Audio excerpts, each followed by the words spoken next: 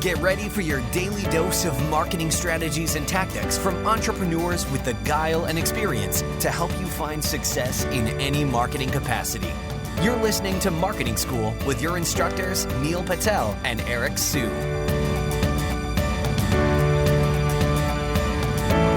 Welcome to another episode of Marketing School. I'm Eric Su. And I'm Neil Patel. And today we're going to talk about how to launch your info product. So in the last episode, we talked about what an info product actually is and how you can create one. Today we're going to talk about how you can go about launching an info product. So what I'd recommend first, there is a launch sequence that comes with an info product. So a lot of people get exhausted when it comes to info products because you have to keep launching, closing the cart, opening the cart over and over. And we'll talk about that in a second. But you have two different kinds of launches you can do that come off the top of my head. So you can do a launch where you actually do close the cart. So you launch it for a period of time. You know, your product is available to people for a period of time. And then you close the cart because you're establishing a sense of scarcity and sense of urgency. And you might close it for a couple months and you might bring it back. So, you know, you see a big spike in revenue and then, you know, nothing for a little bit. And then you see a big spike again every time you launch. So it's up, down, up, down, up, down. And then other people, like myself, will like to do like an evergreen kind of launch. So an evergreen launch is something that where,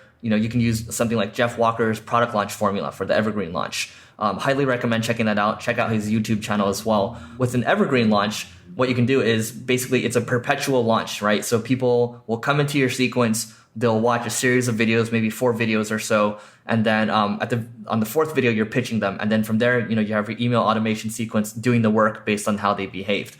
Now, Neil actually has a pretty complex sequence as well that, you know, I'll let him talk about in a second. But check out those two first. Check out Jeff Walker's product launch sequence. It's also really important that you have the right kind of marketing stack set up. There's a lot of different tools we can talk about in a second. But what are your thoughts around how your stack is set up and how you go about doing it? Yeah, and instead of going into my stack, because I know it's not realistic for most of you guys to copy by any means, it's just too complicated and I spend way too much money paying people to maintain it and figure out how to get rid of the technical bugs because it's just too overwhelming.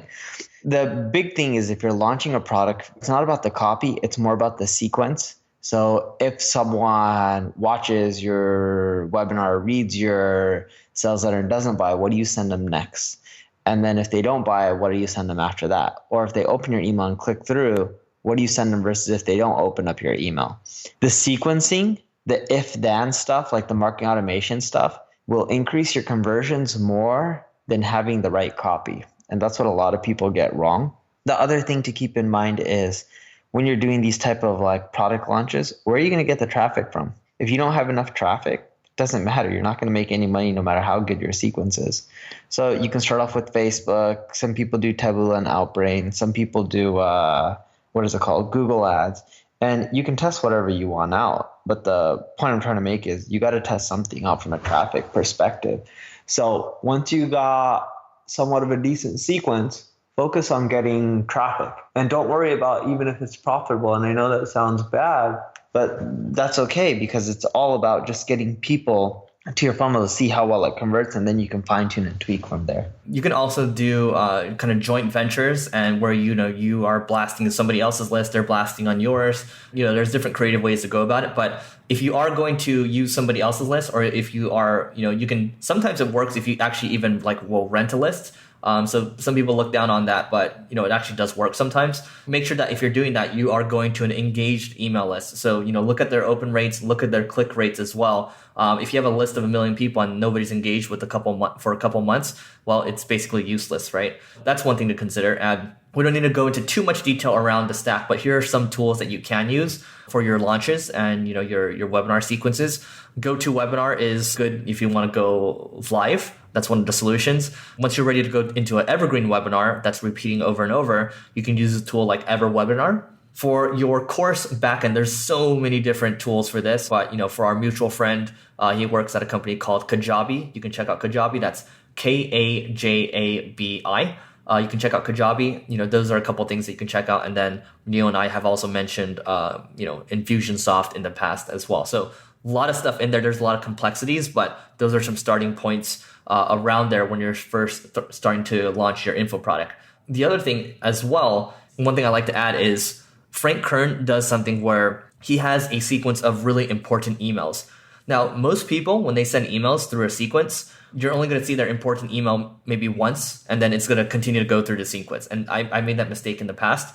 What you can do is you can map out a list of your most important emails, right? So I'll say, for example, I want to make sure that they see my webinar. So that's one thing, right? I want to make sure they see my second webinar. That's another thing. And I want to make sure that they see my frequently asked questions as well, or my case studies. That's another sequence too, right? But what Frank Kern does is he keeps sending you the same thing over and over, different headlines, but the content in the email is exactly the same. And it does well for him. So we've been doing that with, I use Drip, Neil uses Infusionsoft, but that can work well because most people are going to miss your important email. So it's your job to make sure that it surfaces to them. And once they actually open the email, move them to the next step of the sequence. And that will actually make you more money. Neil, anything else from your side? No, that's pretty much it. With info products, the big thing is don't worry about making it perfect, getting the sequence right, the copy or any of it. Just launch it, get it out there, throw some traffic at it and see what happens and how well it converts and how much money you're making or losing. And then from there, fine tune. Everyone tries to have a perfect converting funnel or whatever at the beginning, and what works for someone else may not work for you. What are the key metrics that you measure when it comes to these launches? How many visitors are we getting? How much money are those visitors costing? And how many sales are we generating? And what's the refund rate? There you go. So that's it for today. But before we go, this week we're giving away a free copy of the Authority Labs keyword tracking tool. To enter, all you need to do is rate and review and subscribe for our podcast and text marketing school as in one word. There's no space. So marketing school to 33444, and we'll confirm a winner each week on the list. So that's it for today. We'll see you tomorrow. This session of Marketing School has come to a close. Be sure to subscribe for more daily marketing strategies and tactics to help you find the success you've always dreamed of. And don't forget to rate and review so we can continue to bring you the best daily content possible. We'll see you in class tomorrow, right here on Marketing School.